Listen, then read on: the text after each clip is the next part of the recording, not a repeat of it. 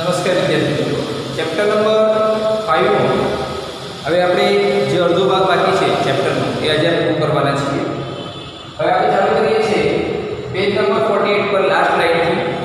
In fact the vav is solely dedicated to Vishnu. આ જે વાવ છે કે એ ફક્ત ને ફક્ત ભગવાન વિષ્ણુને સમર્પિત છે. એનું કારણ છે કે ભગવાન વિષ્ણુના અલગ અલગ પ્રકારના શિલ્પો ત્યાં છે. One can find Vishnu in different shapes and postures. Different shape એટલે અલગ અલગ આકારના અને posture એટલે હાવ ભાવ. posture એટલે હાવ ભાવ, અલગ અલગ હાવભાવના શિલ્પો ત્યાં છે. After Vishnu, the next important statue is of Parvati. Vishnu પછી મહત્વનું જે સ્ટ્રક્ચર આવે છે, સ્ટેચ્યુ આવે છે, સ્ટેચ્યુ એટલે પુતળો પાર્વતીનો આવે છે. Nearly 15 galleries have the sculptures of Parvati. 15 જેટલી ગેલેરીઓમાં માતા પાર્વતીના સ્ટેચ્યુ છે. and 12 statue of goddess Gauri અને 12 જેટલા સ્ટેચ્યુ માતા ગૌરીના છે. 12 statue of goddess Gauri together at the same place are rarely found anywhere. બરાબર, 12 સ્ટેચ્યુ એક સાથે ભાગ્યે જ કશે જોવા મળે છે અને ફક્ત એ ક્યાં જોવા મળશે? મોઢેરાના સૂર્ય મંદિરમાં અને બીજા રાણકી વાવમાં. જો લખે છે 12 statue of goddess Gauri together at the same place are really found anywhere. The sun temple of Modhera has it. બરાબર, મોઢેરાનું જે સૂર્ય મંદિર છે ત્યાં જ તમને આ 12 સ્ટેચ્યુ જોવા મળશે. This wow has also all the 12 statue of Gauri, namely. બરાબર, શું કહે છે કે આ જે 12 સ્ટેચ્યુ છે એના નામ આ પ્રમાણે છે: Uma, Parvati, Gauri, Lalita, Shriya, Krishna, Maheshwari, Rambha, Savitri, Trishanda, Totala and Tripura. Besides, there are many statues of god and goddess. બરાબર, આના સિવાય દેવી દેવતાઓના પણ ઘણા બધા સ્ટેચ્યુ છે. such as ગણેશ, ભગવાન Ganesh, Agni, Vayu, Surya, Bhairav, Chamunda, Brahma, Indra, Indrani, Vaishnavi, Varahi and Mahalakshmi and Kuber etcetera. આટલા પણ સ્ટેચ્યુ ત્યાં આપણને જોવા મળે છે. હવે વિદ્યાર્થી મિત્રો, આ ચિત્રની નીચેનો ભાગ. There are also some of the rare structure of goddess. જો આમાં આવા પણ ચિત્રો છે વિદ્યાર્થી મિત્રો જે જનરલી વિપરીત ચિત્રો છે. જેવી રીતે આપણે ભગવાન રામની વાત કરી તો એમના હાથમાં શું હોય? ધનુષ્ય હોય. પણ અહીંયા ધનુષ્ય નથી બતાવ્યું, તલવાર બતાવી છે અને પેલો ઢાળ જે આવે ને શિલ્ડ, એ શિલ્ડ બતાવવામાં આવ્યું છે. આવા વિપરીત ચિત્રો પણ અહીં જોવા મળશે આપણને. There are also some of the rare sculpture of goddess.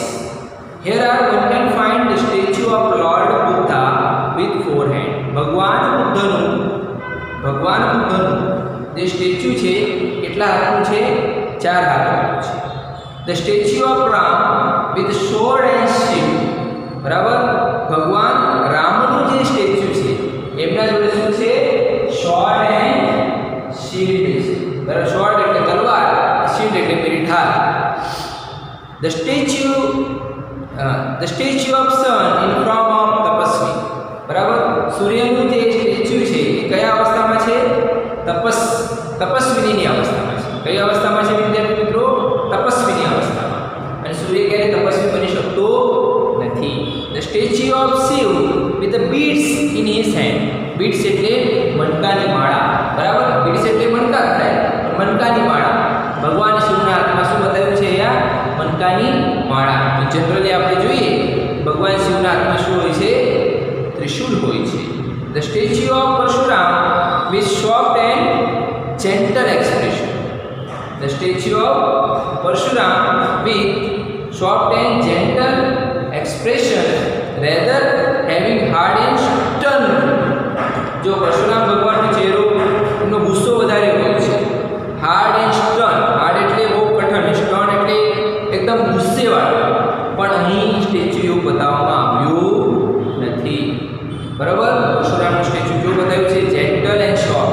એકદમ નરમ સ્વભાવ અને પ્રેમળ સ્વભાવ બતાવવામાં આવ્યો છે. Some of the structures display contemporary lifestyle. Contemporary એટલે સમકાલીન જીવનશૈલી પણ બતાવે છે અમુક સ્ટ્રક્ચરો. ફોલ્ટેલ્સ એટલે કે લોક વાર્તાઓ, એનિમલ એટલે પ્રાણીઓ, અને હ્યુમન ઇન્સ્ટિંક્ટ એટલે માનવ સ્વભાવ બતાવવાનું કાર્ય પણ આમાં થાય છે. They reveal archaic vision and unique imagination of the sculptures. Sculptures નું meaning થાય શિલ્પીઓ, જે શિલ્પ બનાવે એ પોતાની કલા દૃષ્ટિ, યુનિક ઇમેજિનેશન એટલે અજોડ પ્રકારની કલ્પના શક્તિ, આ બંનેનો સુમેળ કરીને શિલ્પો ત્યાં બનાવવામાં આવ્યા છે. There are nearly 300 statue of apsaras. ત્યાં 300 જેટલી અપ્સરાના શું છે વિદ્યાર્થી મિત્રો સ્ટેચ્યુ છે. અને અપ્સરા તમને બધાને ખ્યાલ હોઈ શકે કે અપ્સરાઓ દેવોનું શું કરે છે, મનોરંજન કરે છે. The sculpture presented a vast range of emotion and feeling on the species of the અપ્સરા. જે સ્કલ્પચર જે છે, જે શિલ્પો છે, એ શિલ્પો પર, અપ્સરાના શિલ્પો પર અલગ અલગ પ્રકારના એમના મનોભાવ દર્શાવવામાં આવ્યા છે. They display variety of different moods and situation. Mood એટલે આપણું મનનો ભાવ તો મનની પરિસ્થિતિ, અને સિચ્યુએશન એટલે પરિસ્થિતિ, બરાબર. તો મૂડ એન્ડ સિચ્યુએશન પણ બતાવવામાં આવ્યું છે. Most of them present Vishnu in his 10 different અવતાર. બરાબર. ત્યાં જનરલી ભગવાન વિષ્ણુના 10 જેટલા અવતાર પણ સ્ટેચ્યુમાં બતાવવામાં આવ્યા છે. The most attractive structure R those of. બરાબર. આ વાવની અંદર સૌથી એટ્રેક્ટિવ એટલે કે આકર્ષક પ્રકારના જો સ્ટેચ્યુ હોય તો એ છે વારાહ, વામન, નરસિંહ, રામ, કલ્કી and Mahishasura Mardini. The apsaras with 16 different makeup styles. Makeup style એટલે આપણે ચહેરાની સુંદરતાને વધારવા માટે આપણે શું કરીએ, મેકઅપ કરીએ. એવી 16 પ્રકારની મેકઅપ સ્ટાઇલ પણ આ સ્ટેચ્યુઓમાં બતાવવામાં આવી છે. બરાબર. The apsaras with 16 different makeup style add to the grace of this unmatched structure. બરાબર. અનમેચ્ડ એટલે આવું સ્ટ્રક્ચર કોની સાથે પણ મેચ થતું નથી, એવા સ્ટ્રક્ચર ત્યાં બનાવવામાં આવ્યા છે. The stepwell also focuses on the holiness of water. બરાબર. આપણી જે સ્ટેપવેલ છે વિદ્યાર્થીઓ, જે વાવ છે, એ પાણીની પવિત્રતા અને ભારતીય સંસ્કૃતિઓ પર વધારે ભાર આપે છે.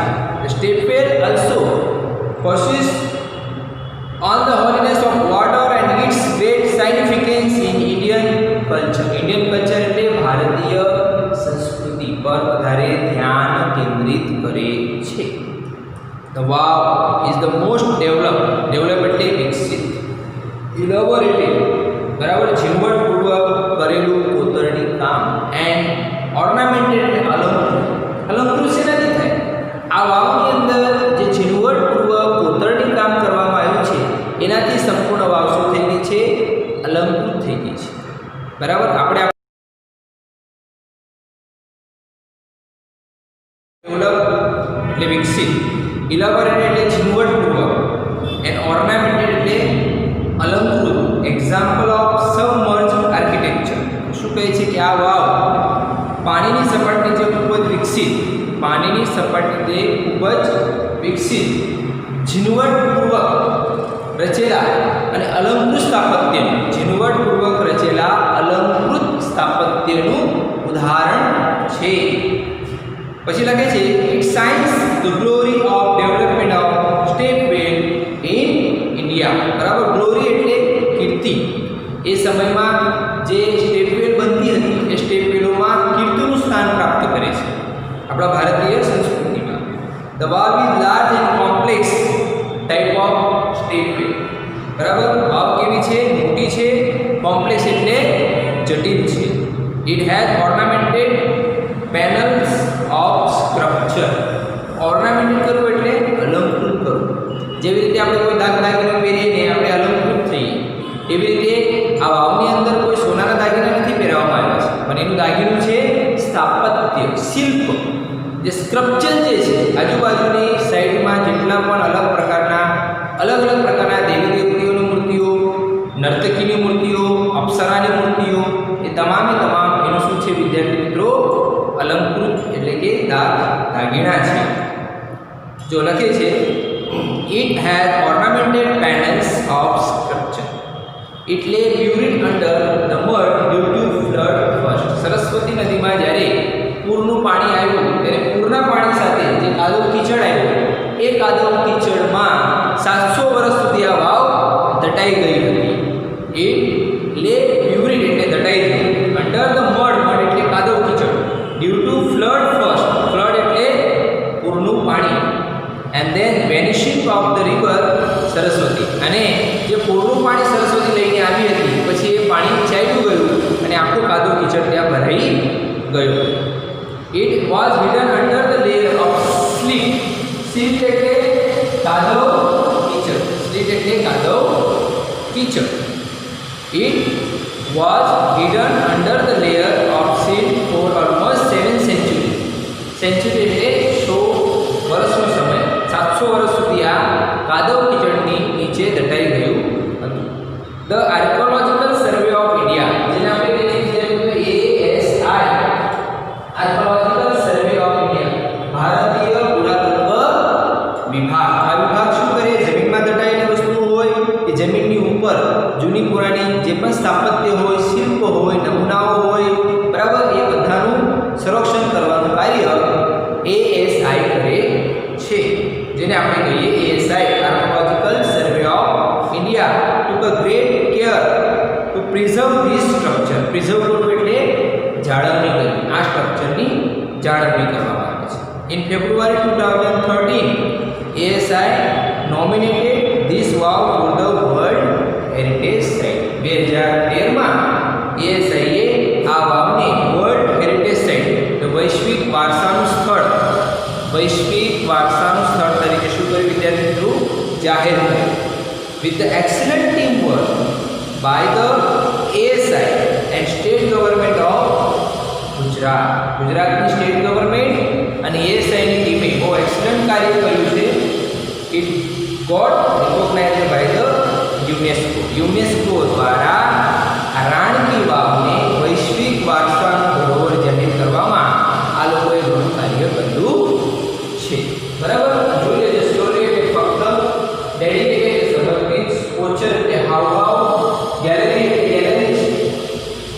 પછી જે વિદ્યાર્થી સ્ટેચ્યુ એટલે પુતળા, સ્વર્ડ એટલે તલવાર, શીલ્ડ એટલે ઢાળ, મીટ્સ એટલે મણકા, સ્ટોન લુક એટલે કઠણ પ્રકારનું, બરાબર, એકદમ ક્રોધિત પ્રકારનો ચહેરો, પોર્ટ્રેટ્સ લોક કથાઓ, આર્કિટેક્ટ વિઝન કલા દ્રષ્ટિ, મૂળ એટલે મનોભાવ, મેકઅપ સ્ટાઇલ ચહેરાની સુંદરતા માટે કરવાની પદ્ધતિઓ, હોલીનેસ એટલે પવિત્રતા, ઇલાબોરેટે ગ્લોરી એટલે કીર્તિ, બ્યુરી એટલે દટાઈ ગયું, મડ એટલે મડ અથવા સ્પીડ એટલે કાદવ કીચડ અને વેનિશ એટલે અદૃશ્ય થવું.